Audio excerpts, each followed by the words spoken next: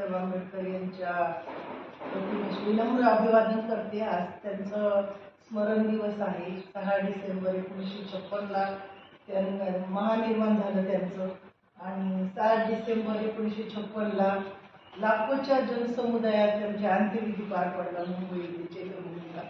अशा या थोर महापुरुषांचं ओळख, त्यांचे विचार पुढील पिढीमध्ये रुजत जावेत, त्यांना माहिती व्हावे, म्हणून मग आपण हे अभिवादन करून त्यांचे विचार पुढे नेले पाहिजे। 6 डिसेंबर हा दिवस म्हणून त्यांचा महानिर्वाण दिन म्हणून आपण सगळीकडे त्यांना अभिवादन करून त्यांचे विचार पुढे स्मरण करतो, त्या विचारांचं अभिवादनात त्यांच्या।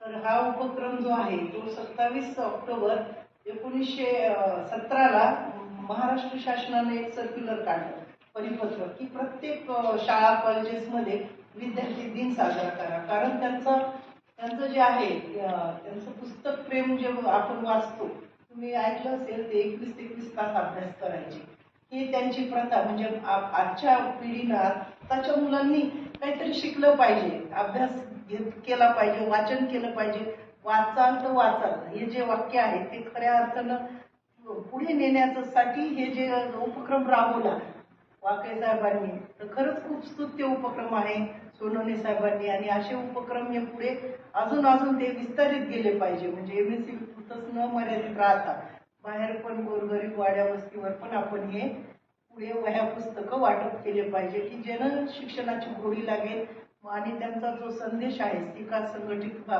हा खऱ्या अर्थानं तो सार्थकी लागेल आणि हीच त्यांना खऱ्या अर्थाने अभिवादन ठरेल असं मला वाटतं। आणि हा जो उपक्रम राबवला तो त्याचा आदर्श पण बाकीच्या कर्मचारी अधिकाऱ्यांनी घेतला पाहिजे, की हे एखाद्या कुठल्या म्हणजे फक्त दिनदुबळ्यांचे कैवारी किंवा मग त्या एका समूहाचे ते नव्हते।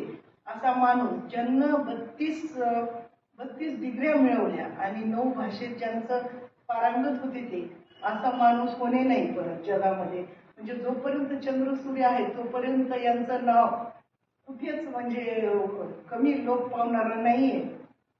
अशा व्यक्तींचं आपल्याला करायचं जो संधी मिळते, तर खरंच आपण भाग्यवान आहोत की एवढ्या थोर व्यक्तीच्या थोड्याफार आपण खारीचा वाटा करतोय, आणि हा आपण पुन्हा अजून विस्तारित केला पाहिजे, एवढंच इथं सांगू इच्छिते। आणि तुम्ही सर्वांनी हा जो कार्यक्रम छानपैकी केला त्याबद्दल मी तुमचे सर्व टीमच्या वतीने मनापासून आभार व्यक्त करते, आणि आम्हाला पण याच्यात इन्व्हॉल्व करून दिलं त्याबद्दल आपले खूप खूप आभार।